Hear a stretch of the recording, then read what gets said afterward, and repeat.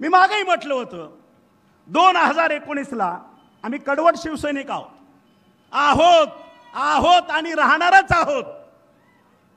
आणि कडवट शिवसैनिक कधीही कुठल्या सत्तेपुढं कुठल्या आमिषापुढं झुकलेला नाही आणि झुकतही नाही, ही वस्तुस्थिती आहे।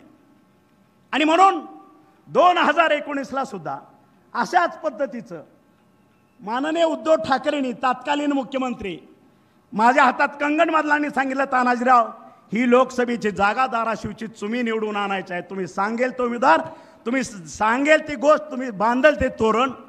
ह्या पद्धतीनं मागचा मी माझीच म्हणेन आज माजी खासदार तुमच्या सगळ्या साक्षीनं आपण त्यांना निवडून आणलं, विकासासाठी निवडून आणलं, मोदींच्या साठी निवडून आणलं। भारतात आपल्या सत्तेत आपला ह्या ठिकाणचा लोकप्रतिनिधी असावा या भूमिकेतनं आपण निवडून आणलं। आणि तुम्ही बघितलं असेल 2009 पासून आजपर्यंत, आता कधी पुढच्या आठवड्यात 2 दिवसांना 4 दिवसांनी येतील, सुरुवात इथनंच असेल, माझा बाप मारला, माझा बाप मारला, माझा बाप मारला, माझा बाप मारला। आला का काय हे माझा बाप मारला काय हे? 2009 15 वर्ष झाली आणि आपल्या मराठी भाषेत आपल्या पेरण्या असल्या काय झालं तर आपण म्हणतो मडपीक आपण एकदाच घेतो। मडपीक एकदाच असतं की नाही का? 15-15 20 वर्ष म्हातारा झाला तरी मडपिकावरच जगायचं, ही कुठली पद्धत आहे? ज्या वेळेस भावनेच्या आहारी जाऊन लोकांनी तुला एकदा आमदार केला, तुला निवडून दिलं, त्याच जनतेनं 2014ला तुला घरी बसवला, तुझा भावनेचा उद्रेक तुझं जे असेल ते संपवलं आणि त्या 2009च्या माझा बाप मारला असं करत 2024 पर्यंत माझ्या तमाम 20 लाख जनतेचा तू बाप मारायला निघाला। ना रुपड्याचा विकास, ना रुपड्याची पावती, ना रुपड्याची कुणाला मदत, ही काय पद्धत आहे? म्हणून भावनेच्या आहारी जाणारा हा मतदारसंघ नाही। त्याचं कारण असं आहे, आतापर्यंत हा दुष्काळी भाग आहे आणि साहेब सोलापूर जिल्हा सुद्धा उजनी होईपर्यंत दुष्काळी भागच होता, आहे अजूनही काही भाग। आणि जो भाग दुष्काळी असतो, ज्या दुष्काळी भागामध्ये जी जनता राहते, ज्यांच्या पोटामध्ये आग असते, त्याच्या डोक्यामध्ये राख असते, हे कोणी विसरायचं नाही। कारण तो मतदार असेल, तो युवक असेल, कुठल्याही टोकाला जाऊन आपला विकास असेल किंवा आपल्या हक्काचं काय असेल तो हिसकावून घेतल्याशिवाय स्वस्त बसत नाही, हे त्याचं उदाहरण आहे। आणि म्हणून ह्या ठिकाणी फक्त आता विकासाची भाषा चालते, भावनिक नाही, विकास आणि विकास। आणि साहेब तुम्ही बघितलं असेल 2019ला हिंदुत्वाची नाळ तोडून विकासाची नाळ तोडून महाराष्ट्र ज्या प्रगती पथावर चाललेला होता त्याला कुठेतरी खीळ बसवून जे तत्कालीन मुख्यमंत्र्यांनी तत्कालीन शिवसेना प्रमुखांनी जो निर्णय घेतला त्याला उलटवून टाकायचं काम सुद्धा ह्या धाराशिव जिल्ह्यातनं सुरुवात झाली।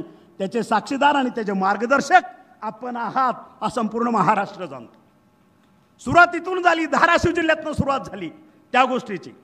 आणि तुम्ही बघितलं असेल 2022ला खऱ्या अर्थानं स्थित्यंतर झालं, आपलं सरकार बदललं आणि परत विकासाची गंगा त्या जोमानं त्या ताकदीनं परत सुरू झाली। आज आपल्या मुख्यमंत्री एकनाथजीभाई शिंदे आणि आमचे 2 उपमुख्यमंत्री देवेंद्रजी आणि आमच्या अजितदादा यांच्या मार्गदर्शनाखाली अतिशय चांगल्या पद्धतीनं सरकार चाललंय। कधी हे आकडे केले होते, राजाभाऊने आकडे सांगितले, आता त्या आकड्यात मी परत जात नाही। हजारो कोटीचे आकडे कधी ऐकले होते का विकासाचे? आजही आपला भाग जिरायती म्हणून ओळखला जातो, ज्यांनी साखर कारखाने काढायची नाटकं केली त्यांनी त्याची दारं कधीच बंद करून टाकली। हा संतनाद सुद्धा मिरगणे साहेबांना माहीत आहे, चालू करण्याचं व्रत मी घेतलं होतं, काही अडचणी आल्या तो थांबला। हा संतनाद जर तुमचे सगळ्यांचे साथ असेल, देवेंद्रचा मला आशीर्वाद आहेच, शासनाचा आशीर्वाद आहेच, सगळ्यांची साथ असेल तर याच्या 6 महिन्यामध्ये वर्षामध्ये संतनाद सुद्धा आपण चालू करू शकतो। हे तुमच्या ताकदीवर चालू करू शकतो। कुणाचा माईका लाल त्या ठिकाणी अडवा येणार नाही, तो कारखाना चालू करणार नाही। कारण सर्वसामान्य जवळपास 9 तालुक्याची अस्मिता असलेला तो संतनाद कारखाना आहे. प्रत्येक आज या ठिकाणी शेतकऱ्याचे सभासदाचे पैसे त्या ठिकाणी अडकलेले आहेत. ही वस्तुस्थिती आहे. आणि म्हणून धाराशिव जिल्ह्यामध्ये ज्यांनी भंगार विकायचं धोरण घेतलं, भंगार विक्या हे नाव आहे सगळीकडं, वास्तव आहे. तेरणेच्या माध्यमातून मी बघितलं, तेरणेमध्ये त्या जमिनीखाली पुरलेल्या केबल सुद्धा ह्या भंगार चोरांना विकलेल्या आहेत. ही वस्तुस्थिती आहे, जाऊन बघा. आणि आज त्या कारखान्याचं वैभव काय आहे हेही आपण जाऊ बघा. आणि त्या कारखान्याचं वैभव पुनर्स्थापित करण्यासाठी सत्तेत नसताना, त्यावेळेस आपण सत्तेत नव्हतो, आपण फक्त आमदार होतो, अंदर की बात बाता राहू, अंदर की बात. त्यावेळेस बँकेनं गायावाया करून शेवटच्या टोकाला मला टेंडर भरायला लावलं. विनंती केल्यानंतर मी टेंडर भरलं.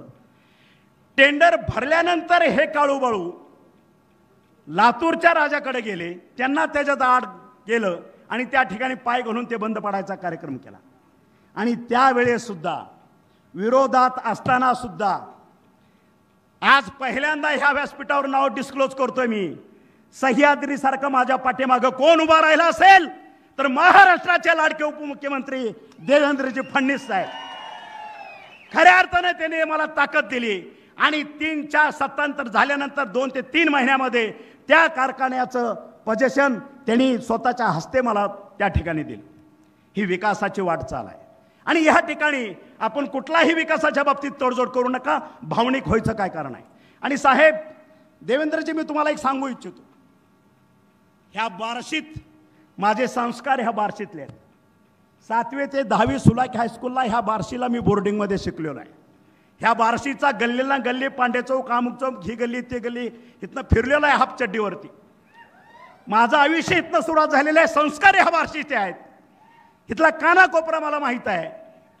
कारण ज्या वयात आपण विचार करायला आपल्याला चालना मिळते, शिकतो, ते विचार माझे बार्शीचे आहेत, ते विचार माझे भगवंताचे विचार आहेत. आणि म्हणून ह्या बार्शीच्या ठिकाणी ही लोकसंख्या तुम्हाला इतर शहरात दिसणार ज्या पद्धतीची ह्या ठिकाणची आज नगरी आहे, आज बार्शीवासी आहे, हा अतिशय बुद्धिवंत प्राध्यापक असेल, व्यापारी असेल, रिटायर झालेला शासकीय अधिकारी असेल, अशा पद्धतीची ही 2 लाखाची वस्ती आहे. आमच्या दृष्टीनं त्यावेळची ही विद्यानगरी आहे. दुसरी ओळख बार्शीची हे मराठवाडा आणि पश्चिम महाराष्ट्राचं प्रवेशद्वार आहे. तिसरी ओळख ह्या बार्शीची, ह्या ठिकाणी आर्थिक केंद्र हे बार्शी आहे. आसपासच्या 2 जिल्ह्यात, धाराशिव जिल्हा असेल आणि सोलापूर जिल्हा असेल, जर पूर्वेकडचा भाग असेल, त्या ठिकाणचं अर्थकारण ह्या बार्शीमधून होतं. आणि म्हणून जुनी बार्शीची ओळख काय असेल, तमाशाचा असेल, फडाचा असेल, गजरा बांधायचा असेल, ती ओळख संपलेली आहे. आता विकासाचं पर्व सुरू झालेलं आहे, विकासाची गंगा वाहणार आहे. आणि म्हणून 2019ला माननीय देवेंद्रजींनी मुख्यमंत्री असताना त्यावेळेस आपल्या उजनीतनं, जेऊर बोगद्यातनं पाणी मिरगावान, मिरगावांवरून आपल्या संपूर्ण मराठवाड्याला पाणी आणायचं होतं. 7 TMC तो प्रोजेक्ट मंजूर करून दिला, त्याचं चाल करून दिली. जलयुक्त शिवारसारखी मोठी योजना राबवली. त्या काळात शेवटचे 4 महिने मी कॅबिनेट मंत्री होतो, देवेंद्रजीच्या हाताखाली काम केलं. त्यावेळेचा माझ्याकडे अहवाल आहे, जलयुक्त शिवारामुळं मराठवाड्यातल्या जमिनींचं 4.5 मीटरनं वॉटर टेबल वाढलेलं होतं. आणि जसं सरकार बदललं, सत्तांतर झालं, इमिजिएट अशा शेतकऱ्यांच्या हिताच्या, सर्वसामान्य माणसाच्या हिताच्या योजना त्यांनी बंद पाडल्या. त्यानंतर आम्ही माझ्या अंदाजानं दुसऱ्या का तिसऱ्या कॅबिनेटमध्ये 19ला शेवटच्या निर्णय घेतला देवेंद्रजींनी की मराठवाड्यातल्या 8 जिल्ह्यामध्ये 11 जी धरणं आहेत, त्या धरणाचा कुठल्याही दुष्काळामुळे पाणी पुरवठा कमी होता नाही म्हणून वॉटर ग्रिड सिस्टीम करायचा निर्णय घेतला. जवळपास 34,000 कोटीची ती योजना होती. जसं सरकार बदललं, त्या योजनेला ह्यांनी स्टे देऊन दिला, ती योजना बासनात गुंडाळली. आणि ज्यावेळेस सत्तांतर झालं, सरकार आलं, त्यावेळेस माननीय देवेंद्रजी आणि आमचे मुख्यमंत्री एकनाथजीभाई शिंदे हे दोघंच कॅबिनेटमध्ये होते. पहिल्याच मीटिंगमध्ये आपल्याला जेऊर टू मराठवाडा ह्याचं पुनर्जीवन केलं. त्याला 11,500 कोटीचं बजेट पहिल्या कॅबिनेटमध्ये मंजूर केलं. आणि दुसऱ्या कॅबिनेटमध्ये मराठवाड्यातील 8 जिल्हे आणि 11 धरणं ह्याचं जे वॉटर लूप सिस्टम होती तेही पुनर्जीवित केलं आणि त्याचंही बजेट रिप्लॅनिंग केलं. आणि म्हणून खऱ्या अर्थानं सर्वसामान्य शेतकऱ्यांना, सर्वसामान्य गोरगरिबांना दिलासा देणारं हे सरकार आहे. कोरोना काळात मध्ये तुम्ही बघितलं असेल, मोदींना मी फक्त भारताचे पंतप्रधान म्हणून नाही, कारण फक्त भारताचा पंतप्रधान म्हणलं तर तो त्यांचा अपमान होईल. कारण आज ते विश्व नेते आहेत. जगातले 80% देश, आज 80% देशामध्ये पंतप्रधान नरेंद्रभाई मोदीचं आज नेतृत्व मान्य केलेलं आहे तिथल्या अध्यक्षांनी.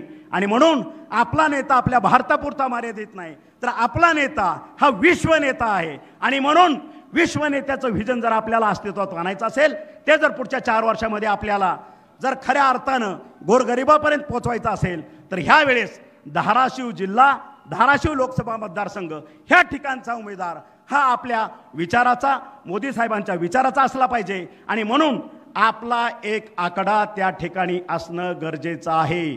ना तानाजी सावंतसाठी त्याची गरज आहे, ना देवेंद्रजी फडणवीससाठी गरज आहे, ना त्याची गरज महाराष्ट्रासाठी आहे. त्याची गरज माझ्या सर्वसामान्य शेतकऱ्यासाठी आहे. त्या विचाराचा जर खासदार, लोकप्रतिनिधी आपला आपण दिल्लीत पाठवला, त्या ठिकाणी अनेक योजना केंद्राच्या अगदी छोट्यातली छोट्या योजना म्हणली तर 100-200 कोटीच्या पुढच्या असते. आणि म्हणून आपला तर जिल्हा आकांक्षित आहे. आपला देशामध्ये 3रा मागासलेला जिल्हा आहे.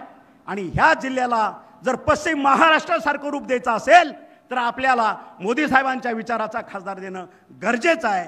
एवढंच मी आज ह्या निमित्तानं आपल्याला विनंती करतो. आणि परत एकदा आमच्या राजाभाऊंनी सांगितलं, माझ्या ताईने सांगितलं की ह्या ठिकाणी तानाजीराव मदत करायची काय गरजच नाही. ताई, तुम्हाला स्पष्ट सांगतो, 7 मेला ज्यावेळेस मतदान होईल, मतपेट्या बंद होतील, 4 जूनला ज्यावेळेस आपली मतपेटी उघडली जाईल, त्यावेळेस माझी अर्चनाताई घड्याळाच्या चिन्हावर 2 लाख मतानं कमीत कमी निवडून आल्याशिवाय राहणार नाही.